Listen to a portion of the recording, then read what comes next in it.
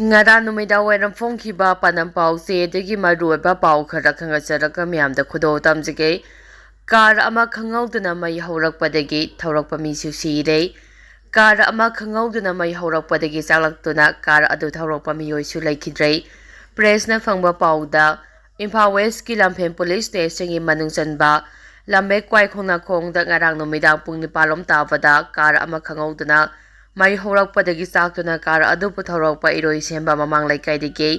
thoksom roman apopo thoksom golam chat kauba mioi ama sire car su ayama saruk maina chakhre haidei pawa sin hai car mai chapagi pau tabadagi Manipur Fire Service ki fire tender ani changchinuna mai kanbagi thabak chathaki adubu makhoina mafam aduda thunglaba matamda ayama car gi saruk mai chaklam lei mai muthalaba matung car manung check tawbada car adu thoropa oigani haina jingnaba mioi amasu siraga yoramba thengna khibani adubu laikhidraba mioi adu thoksom roman oiramba yai haina khanari maina chakraba car adugi registration number MN01 AG7086 ni mai adu mataw karamna horakpano haiba chapchana khangba ngamdrei makha tarapa pauda Manipur da athuba matamda mahausagi punsida hanjilaklagani haibasi ahaki thajabani Minister Ram Megawal Manipur gi isuda center ne lumna lawdaba laite Manipur da oiriba phibam union government yamna sensitive oina lawi athuba matamda Manipur da mahausagi punsida hanjilaklagani haibasi ahaki thajabani haina Union Law and Justice Minister Arjun Ram Megawal na phongdokhrei Union Home Minister Amit Shah na chair lawduna ngarang Manipur issue gi matangda Delhi da security gi high level meeting pangthokna Manipur gi matangda directive kaya ama pikraba matuk ngasi pangthokiba press conference amada Union Law and Justice Minister Arjun Ram Megawal na mathaki wapham asi phongdokhibani Union Minister Arjun Ram Megawal na hai Manipur gi issue asi center ni yamna haksina lawbada natana Union Home Minister Amit Shah na yamna kupna monitor tawtuna laklibani Manipur gi wathok asigi matangda Rajya Sabha amadi Lok Sabha animakta kayarak hanna khanaba laikhrei haujikti Union Home Minister na akanba thabaksing laukhatuna Manipur miyamna thengnariba chathok chachingi yauna khudongchadaba kaya ko annaba akanba wafamsing ngarang thamkhrabana soidunamaki Manipur da mahausagi punsida hanjilaklagani haibasi ahaki thajabani hainasu Arjun Ram Megawal na makhatana phongdoki panbayai ngarang Union Home Minister Amit Shah na chair lawduna pangthokiba awangba thaki mifam aduda tha asigi taruktagi Manipur gi miyamna National Highway yauna state asigi lambi khudima athingba apanba laitana salannaba security ki akanba thabuk lakhonaba lambida athingba pirapasingi mathakta akanba action lakhonaba miyamdagi nam haduna sel khaiba National Highway da chatliba truck amadi gari singdagi illegal oina tax lawba tingnaba akanba thabak lakhonaba amadi Indo-Myanmar border paringda hangliba entry point singda ngamkhai samal khavagi thabak yangsinnaba akanba thabak lakhonaba akanba pautak pikhibani ningsingba yai lesing aniga sumna kunga humdogi me ahumdagi Manipurda Ethnic violence solaktuna irang asina maram oiduna mioi chani yangkhai gi mathakta sikhibaga loinana mioi lesing humpu hembana mayum makai laitana ngasi phawba lanjena dona relief camp chingda jangjafam lawduna lairibani marak asida sahi asigi January mapalda nongthoma berena Chief Minister pham thadokibadagi taragani thoisuba Manipur Legislative Assembly bo suspended elimination da thamkibaga loinana January taraga marida Manipur da procedural thamlakibani makha tarak poina kangla paugi editorial gi pauda miyamda khudo tamjage Union Home Minister na Manipur wathoki security review meeting pangthokiba Manipur da central government na procedural lengang thamlakraba matung Union Home Minister Amit Shah na mayai tangba lawraga security review meeting pangthoklaga akhanaba hiram kharada warep lawduna thabakta onthongnaba khangankiba adu thenglabasu thengna thaganingai oi March amada New Delhi da leiba Ministry of Home Affairs ki North Block ta pangthokiba security review meeting aduda Manipur Governor Ajay Kumar Vala Security Advisor Kuldip Singha DGP Rajiv Singha Intelligence Bureau ki Chief Tapan Deka amadi Home Affairs ki makok thongba official kaya su saruk yakhi security review meeting aduda Manipur gi hauji oiriba phibam asigi matangda kupna khanakhibaga loina March 9 National Highway yauna lambising hangdoktuna free movement yahanba lambida sengkai thumkai tawbasingi mathakta action lakhatba international boundary sing athubada samal khaba loisinba amade Manipurda drug free ohenaba yauna tunga ba khongthang kaya lakhatnaba khangan ki haibasini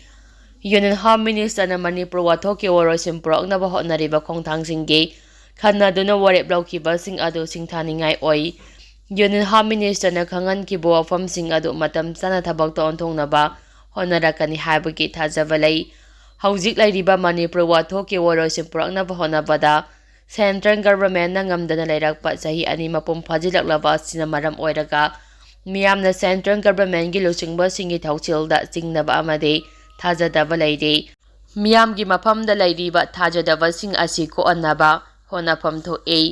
Central Government na loikham naidaba Manipur wathoka mari lainana Chief Minister Nongthoma Belen Chief Minister gi post gi resign to horbaga iroinana Manipur Legislative Assembly eliminated suspension amade President rule thamlakiba asigi maru oibade wathok asigi waroisin Central Government na hakthengna yengsinabagi thorangni lawi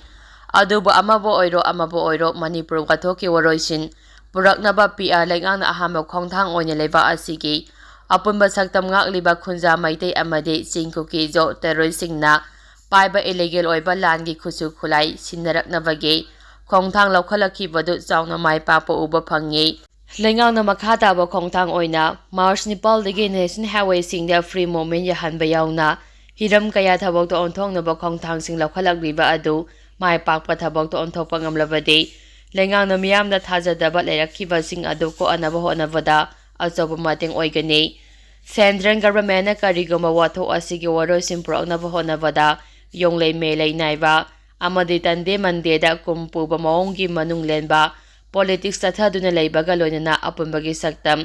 amadi administration akaiba pigadaba maongda waroisim puraknaba honarak pathoklabade henna chawba miyamgi ihau tholaktuna leiba asit niglakani loinana India gi apunba saktamda mai laknabagi maram cha oirakani asigumba lebak thiba thaudo asi thoaloi haiba tarabade yeknabana kanano haiba khangbagi tangai fadaba lei logi wangbada Indo-Myanmar border ngamkhai lana leba asigi State Manipur da changlakhiba milibak macha lamhen tuhenda ilege migrant sing na landa aduna apumbagi saktam thugainaba war crime chathariba terrorist sing marup chanaduna makhoibu yoktuna thamgani haiba aramba wakhalo leiramba tarabadi wakhalol adudagi khongpham handoktuna leiba asigi miyamna langi maisrang mayok nariba asi khonglei thungna ko anaba honagadabane loinina miyamna lengakta leirakhiba thajadaba amade jingnaba singko anbaga iroinana Miyamgi lenga hanjil halabade Central Government gi khongdangda miyamgi maikeidagi thagatnarakani makhatarapa pauda NIS2 gi de Central Force sing yamna kungna thamlaga ngaksemba hokrai haukiba thakun gani thogi matungda state asigi lifeline oiriba National Highway sing apan balaitana mahausagum chathok chashin jahannaba lakholapa khongthanggi saruk ama oina National Highway 2 Imphal Dimapur gi de Central Force yamna kunga thamlaga akanba ngak sembagi thabok lakhot paukrai state asida president rule thamjingkhra matung ahanba oina Union Home Minister Amit Shah na chair lauraga thangja numita New Delhi da Manipur gi Governor Ajay Kumar Bala yauna awangba thakki security gi mifam yengsinkhra matung highway singda akhanaba ngak sembagi thabok lakholapagi mami tarakle ngarang Ministry of Home Affairs ki not broke the Union Home Minister Amit Shah na Chair lauraga Ministry asigi officials sing amadi intelligence wing ki officials sing yauna pangthokkiba mifam aduda state asigi Governor Ajay Kumar Bala state asigi Director General of Police Rajiv Singha Security Advisor Kuldeep Singha Intelligence Bureau ki Director Tapan Dekka Senior Army Officers sing CRPF Central Reserve Police Force amasung BSF Border Security Force amasung AR Assam Rifles ki Makok thongba officer sing saruya khibani makhatarapa pauda Amit Shah gi wafamda Kuki sing waroure Manipur da tholiba irang asiga mari lenana Union Home Minister Amit Shah na preside tawguna ngarang New Delhi da pangthokiba security review meeting da pikhiba pauta adu Manipur da kanglu amabu muthanaba honariba sing pelanaba honabada ehemba mieng thambani haina Kuki Organization for Human Rights Trust ki chairman ICS Regiment ꯃꯥꯇꯦꯅ ꯄꯦꯟꯗꯕ ꯐꯣꯡꯗꯣꯛꯈ꯭ꯔꯦ꯫